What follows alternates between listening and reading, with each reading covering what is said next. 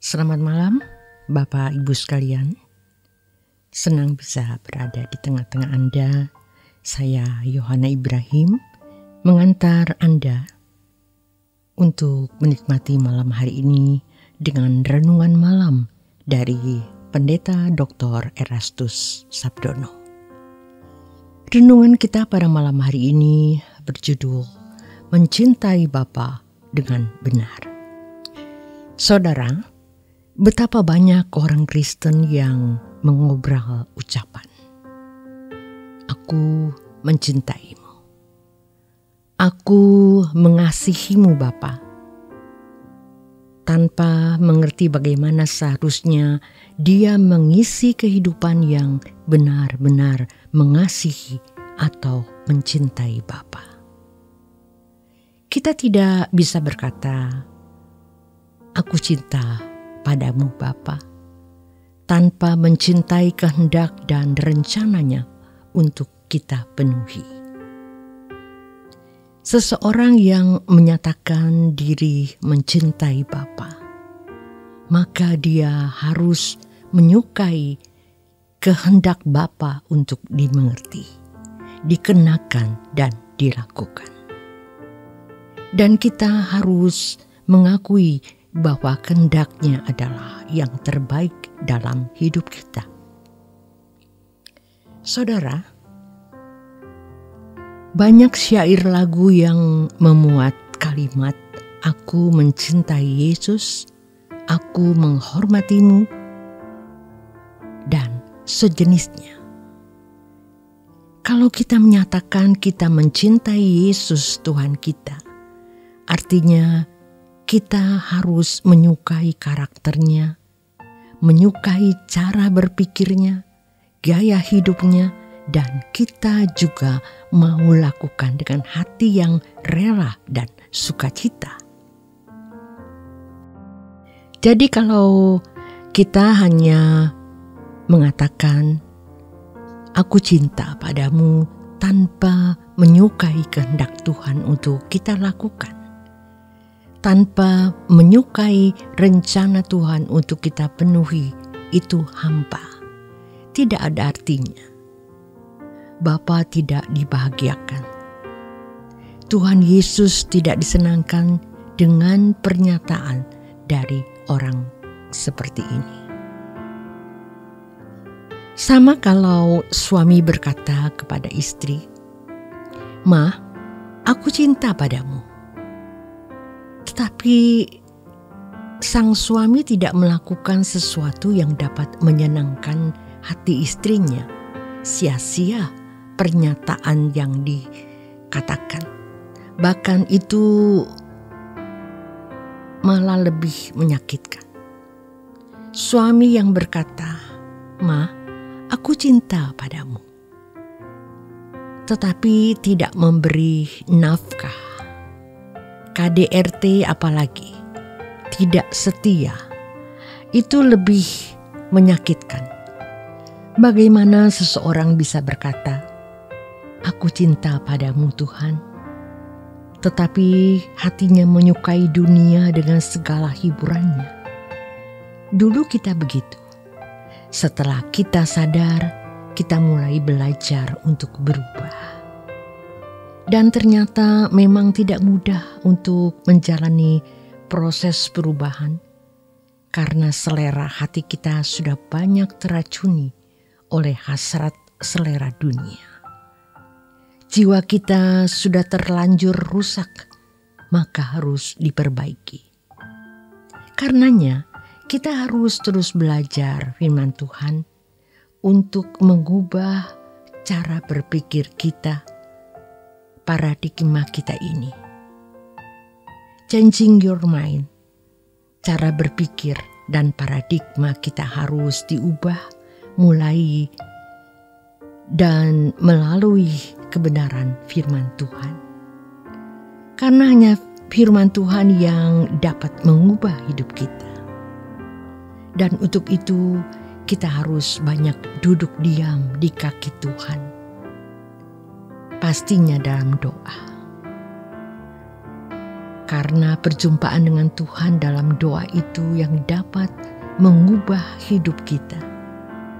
Maka betapa beruntungnya orang yang mengenal Allah yang benar dan mencintai Dia.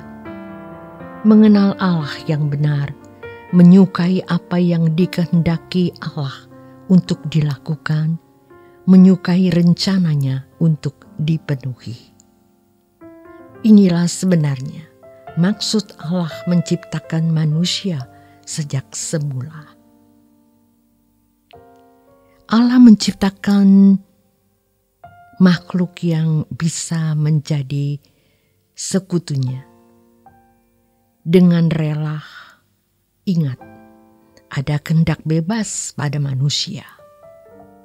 Manusia mencintai Bapa, mencintai Tuhan, sehingga manusia dapat memilih untuk melakukan kehendaknya dan memenuhi rencananya. Di kitab Kejadian, ketika Allah selesai menciptakan manusia, lalu Tuhan memberikan mandat kepada manusia untuk menaklukkan bumi. Jadi manusia diciptakan bukan untuk menganggur. Manusia diciptakan bukan hanya menikmati berkat dari Allah.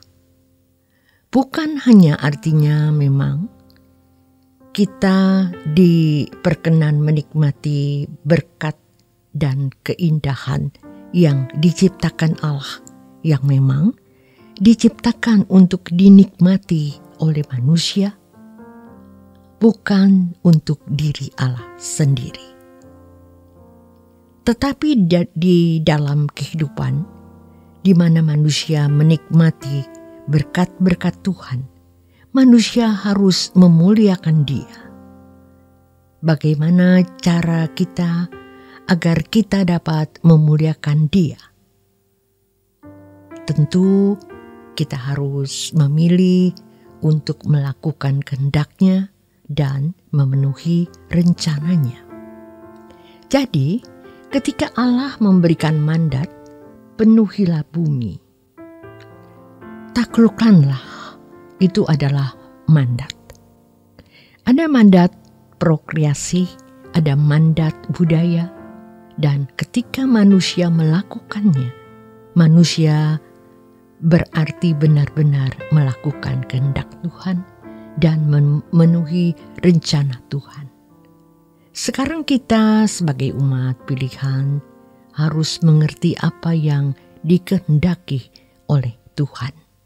Apa yang dikehendaki Tuhan adalah melakukan segala sesuatu dalam kehidupan kita setiap hari dengan tepat seperti apa yang dikehendakinya, sesuai dengan pikiran dan perasaan Allah.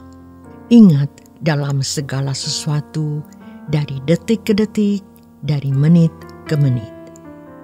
Dan jika kita serius melakukan hal ini, maka kita akan dapat dipercayai untuk mengerti rencana Allah, rencana penyelamatan atas dunia ini. Dan Allah Bapa pasti melibatkan kita, karena memang demikian yang dikehendaki Bapa, untuk menjadi utusannya Tuhan.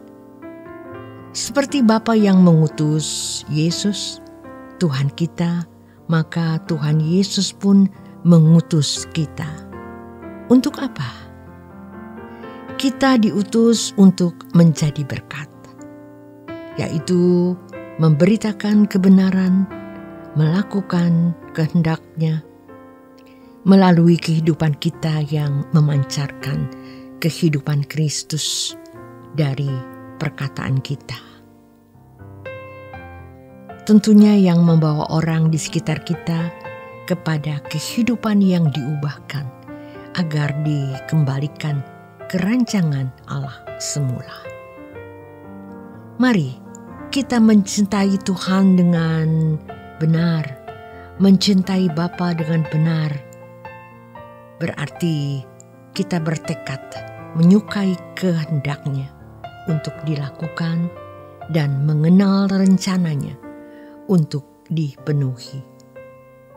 Mencintai Tuhan Yesus dengan benar berarti kita benar-benar menyukai karakternya, sifatnya, pikirannya, perasaannya untuk dikenakan dalam hidup kita.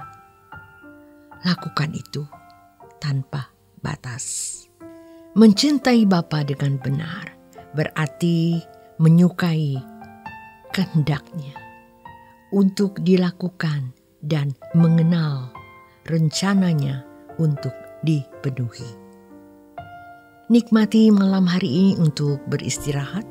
Selamat malam, Tuhan Yesus memberkati.